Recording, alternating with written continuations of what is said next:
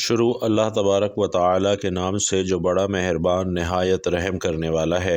بھائیوں اور بہنوں، دنیا کے ہر کونے میں ہر انسان کسی نہ کسی پریشانی، تنگی یا دکھ سے گزر رہا ہے۔ کوئی مال کی تنگی میں ہے، کوئی رشتوں کی الجھن میں ہے، کوئی صحت کے مسائل میں ہے اور کوئی دل کی بے چینی میں ہے۔ انسان جب ہر دروازے پر دستک دے کر مایوس ہو جاتا ہے تو ایک در ہے جو کبھی بند نہیں ہوتا، اللہ رب العزت کا در۔ وہ رب جو اپنی رحمت کو اپنے غضب پر غالب رکھتا ہے، وہ رب جو اپنے بندے کی صرف ایک آہ پر اپنا قہر واپس کھینچ لیتا ہے۔ اللہ رب العزت کے صفاتی ناموں میں سے ایک نام الرحمن ہے، یعنی نہایت مہربان، اور اسی طرح الغفور اور الحلیم بھی اس کی رحمت اور بردباری کو ظاہر کرتے ہیں۔ لیکن ناظرین، ہمیں یہ بھی یاد رکھنا چاہیے کہ اللہ جبار، قہار اور منتقم بھی ہے۔ جب بندہ حد سے تجاوز کرتا ہے، ظلم کرتا ہے، گناہوں کی دلدل میں اترتا جاتا ہے تو کبھی کبھی رب کائنات غضبناک بھی ہو جاتا ہے۔ لیکن اللہ رب العزت نے اپنے غضب کو ٹھنڈا کرنے کے لیے اپنے کلام میں ایسے راز چھپا دیے ہیں جن کو ہم تسبیحات کہتے ہیں۔ اور ناظرین، یہ وہ الفاظ ہیں جنہیں پڑھ کر نہ صرف بندے کے گناہ معاف ہو جاتے ہیں بلکہ اللہ کا غضب بھی ٹھنڈا ہو جاتا ہے اور اس کی رحمت بارش کے قطروں کی طرح برسنے لگتی ہے۔ پیارے آقا صلی اللہ علیہ وسلم کا فرمان ہے کہ جب بندہ اللہ کا ذکر کرتا ہے تو اللہ کی رحمت اس پر چھا جاتی ہے، فرشتے اس کے لیے دعائیں کرتے ہیں اور اللہ کی ناراضی دور ہو جاتی ہے۔ تو ناظرین، ایک ایسی ہی تسبیح ہے جس کا ذکر احادیث میں آیا ہے، اور وہ تسبیح سبحان اللہ و بحمدہ سبحان اللہ العظیم ہے۔ ناظرین، یہ دو جملے اللہ کے وہ کلمات ہیں جو اس کے سب سے پسندیدہ الفاظ میں شامل ہیں۔ ان کلمات کی عظمت کا اندازہ اس بات سے لگایا جا سکتا ہے کہ نبی علیہ الصلاۃ والسلام نے فرمایا کہ یہ دونوں کلمات اللہ کو بہت محبوب ہیں، زبان پر ہلکے ہیں، میزان میں بھاری ہیں اور اللہ کے نزدیک محبوب ہیں۔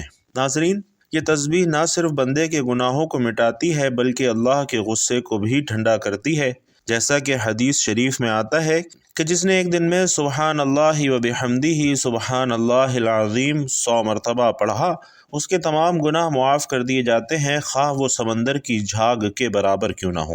بھائیوں اور بہنوں، یہ تسبیح ایک ایسا روحانی عمل ہے جو نہایت آسان ہے مگر اس کا اثر بے حد گہرا ہے۔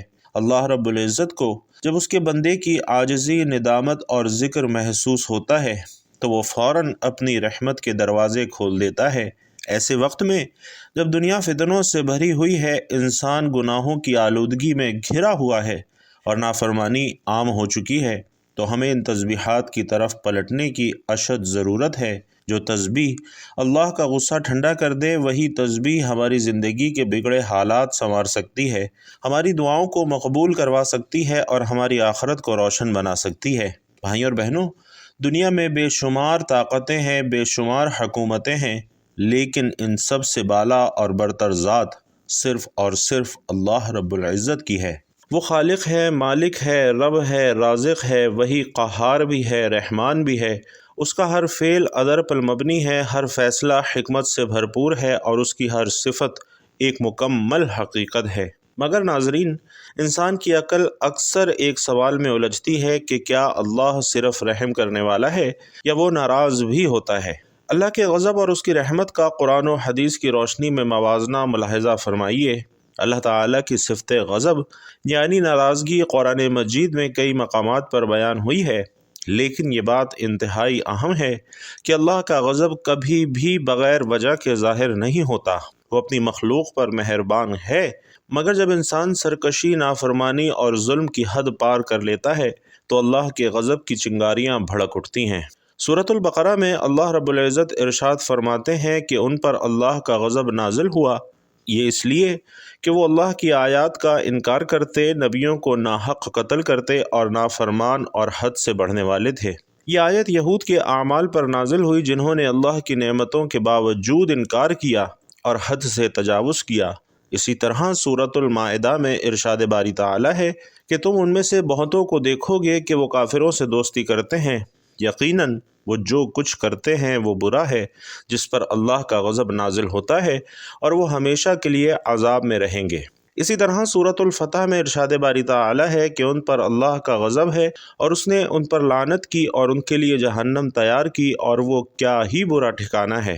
ناظرین، یہ تمام آیات اس حقیقت کو واضح کرتی ہیں کہ اللہ رب العزت کا غضب ناحق نہیں ہوتا، بلکہ کفر، ظلم، نفاق اور اللہ اور اس کے رسول کی نافرمانی کے بعد ظاہر ہوتا ہے، جبکہ اللہ کی رحمت ہر چیز پر غالب ہے۔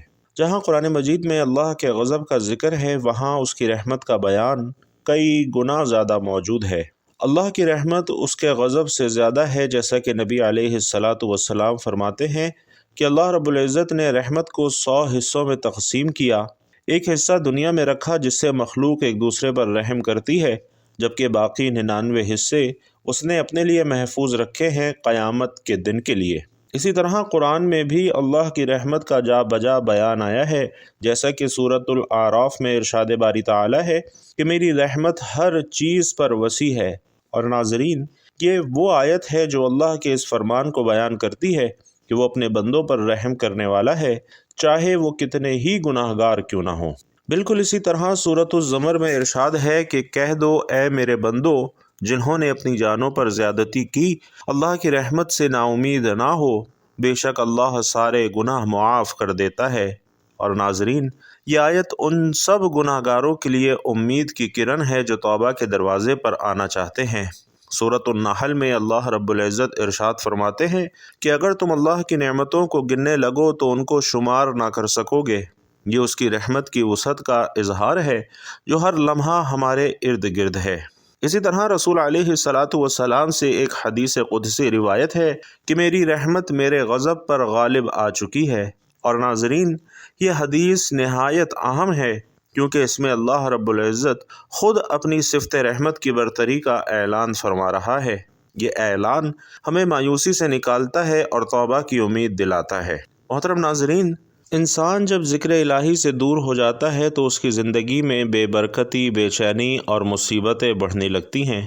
اللہ کی ناراضگی صرف گناہوں سے نہیں بلکہ غفلت سے بھی ظاہر ہوتی ہے، اور یہی وہ مقام ہے جہاں تسبیح کا کمال سامنے آتا ہے۔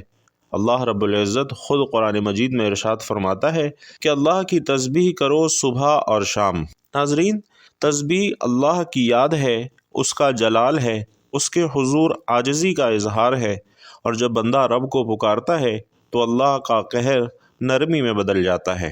یہ دنیا ایک امتحان گاہ ہے جہاں انسان کے اعمال اسے اللہ کی رحمت کے قریب بھی لے جا سکتے ہیں اور اس کے غضب کے قریب بھی لے جا سکتے ہیں، لیکن اللہ رب العزت نے ہر لمحہ بندے کو واپس پلٹنے کا موقع دیا ہے، اور یہ موقع توبہ، دعا اور ذکر کے ذریعے ہی ممکن ہے۔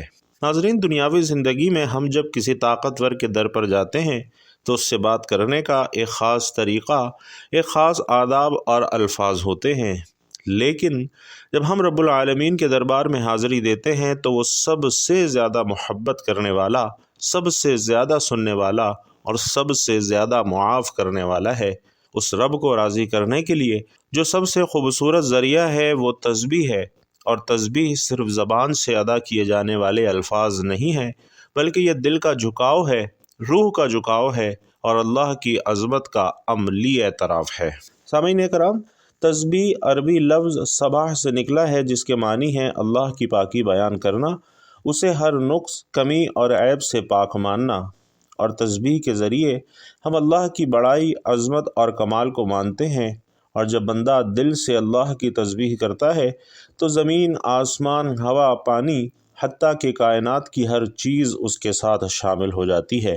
تسبیح ایک ایسا عمل ہے جو دل کو اللہ کے قریب اور زندگی کو بابرکت بناتا ہے۔ قرآن مجید میں تسبیح کا تذکرہ تقریباً ہر دوسرے پارے میں آتا ہے۔ اللہ تعالی نے خود فرمایا ہے کہ اللہ کی تسبیح کی ہر وہ چیز جو آسمانوں اور زمین میں ہے۔ اسی طرح سورۃ الحشر میں فرمایا کہ وہی اللہ ہے جس کی تسبیح ہر چیز کر رہی ہے، اور سورۃ الطٰہٰ میں فرمایا تو اپنے رب کی تسبیح کر صبح اور شام اور رات کے کچھ حصے میں بھی۔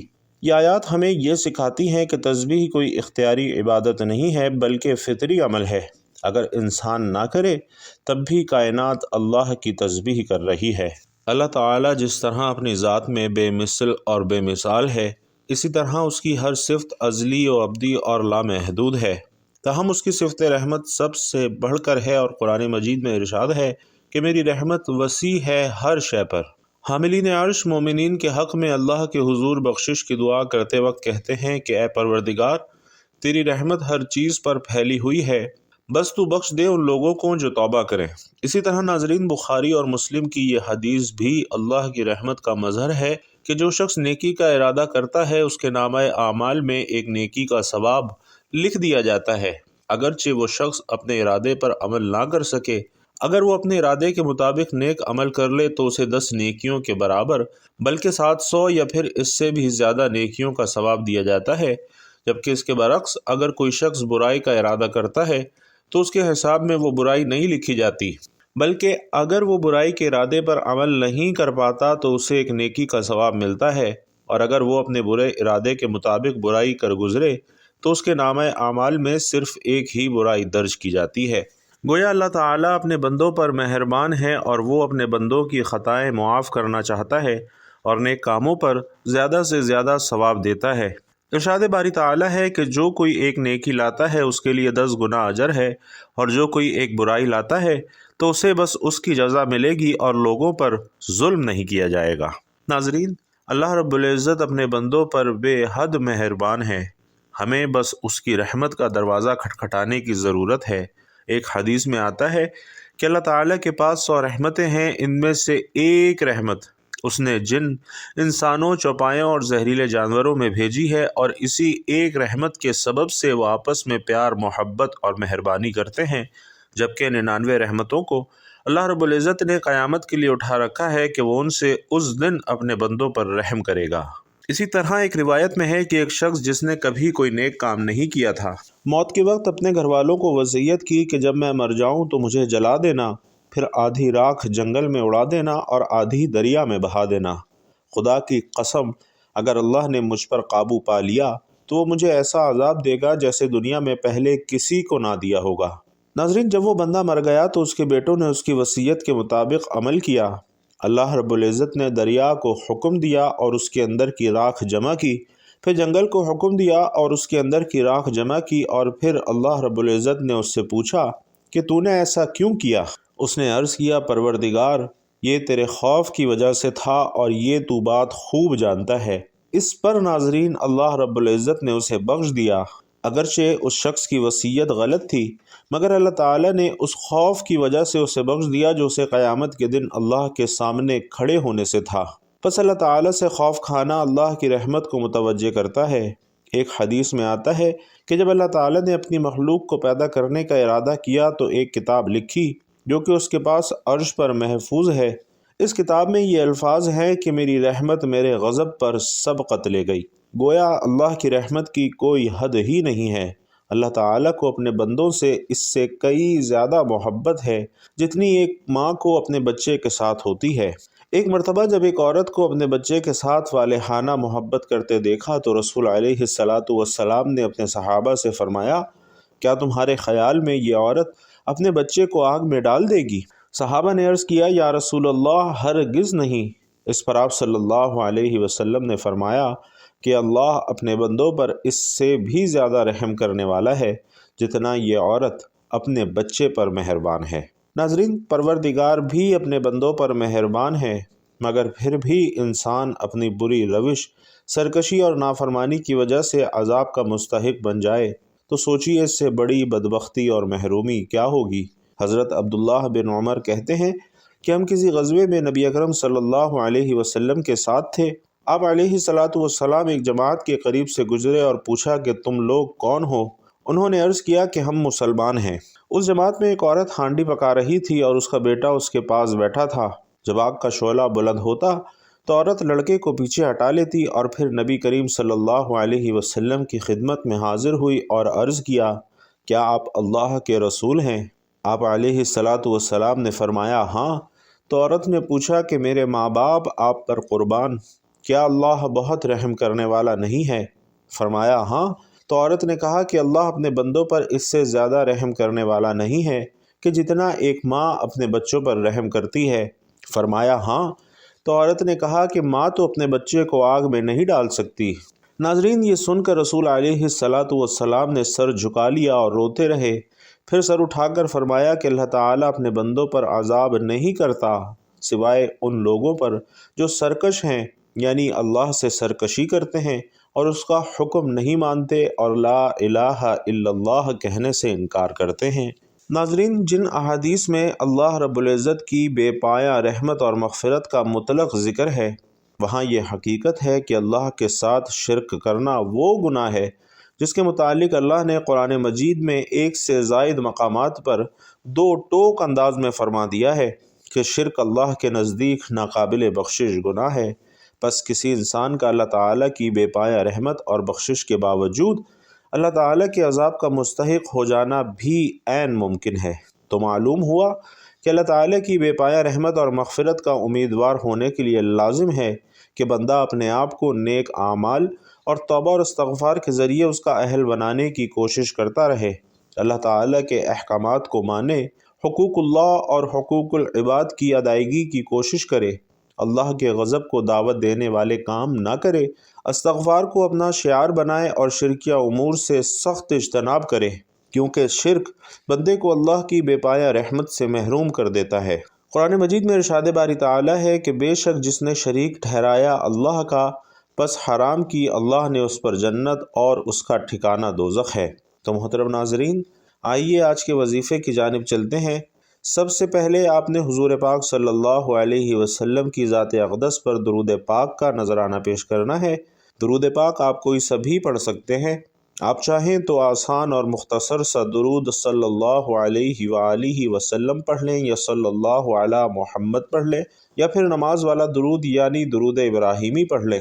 چونکہ درود ابراہیمی کی فضیلت تمام درودوں میں سب سے زیادہ ہے اور پیارے آقا صلی اللہ علیہ وسلم بھی تمام درودوں میں درود ابراہیمی کو ہی سب سے زیادہ پسند فرماتے تھے، لہٰذا کوشش کیجئے کہ آپ درود ابراہیمی ہی پڑھیں۔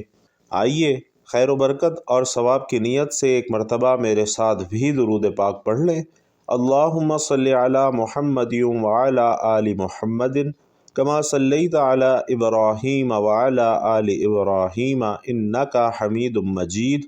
اللہم بارک علی محمد وعلی آل محمد کما بارکت علی ابراہیم وعلی آل ابراہیم انک حمید مجید۔ درود پاک پڑھنے کے بعد آپ نے ایک تسبیح سبحان اللہ و بحمدہ سبحان اللہ العظیم کی پڑھنی ہے، اور اس کے بعد آپ نے ایک تسبیح استغفر اللہ ربی من کل ذنب و اتوب الیہ کی پڑھنی ہے۔ اس کے بعد 3 مرتبہ سورۃ الاخلاص پڑھنی ہے۔ بسم اللہ الرحمن الرحیم، قل هو اللہ احد اللہ الصمد لم یلد ولم یولد ولم یکن لہ کفوا احد، اور 3 مرتبہ سورۃ الاخلاص پڑھنے کے بعد آپ نے آخر میں دوبارہ درود پاک پڑھنا ہے جو کہ آپ نے شروع میں پڑھا تھا۔ ناظرین، روز ایک مرتبہ یہ تسبیح پڑھنا اپنا معمول بنا لیں۔ انشاءاللہ اللہ کے غضب سے امان ملے گا، دل کو سکون ملے گا اور زندگی میں برکت آئے گی، اور یہ تسبیح انشاءاللہ آخرت میں نجات کا ذریعہ بھی بنے گی۔ اللہ رب العزت سے دعا ہے کہ ہم سب کو نیک اعمال کرنے کی توفیق عطا فرمائے، آمین یا رب العالمین۔ بھائیوں اور بہنوں، آخر میں آپ سے گزارش ہے کہ اگر آپ اپنے رزق میں وسعت، برکت اور کشادگی چاہتے ہیں تو اللہ تبارک و تعالیٰ کا انتہائی طاقتور صفاتی نام یا رحمانو کمنٹ باکس میں ضرور لکھتے جائیے گا۔ اللہ تبارک و تعالیٰ آپ سب کا حامی و ناصر ہو، آمین یا رب العالمین۔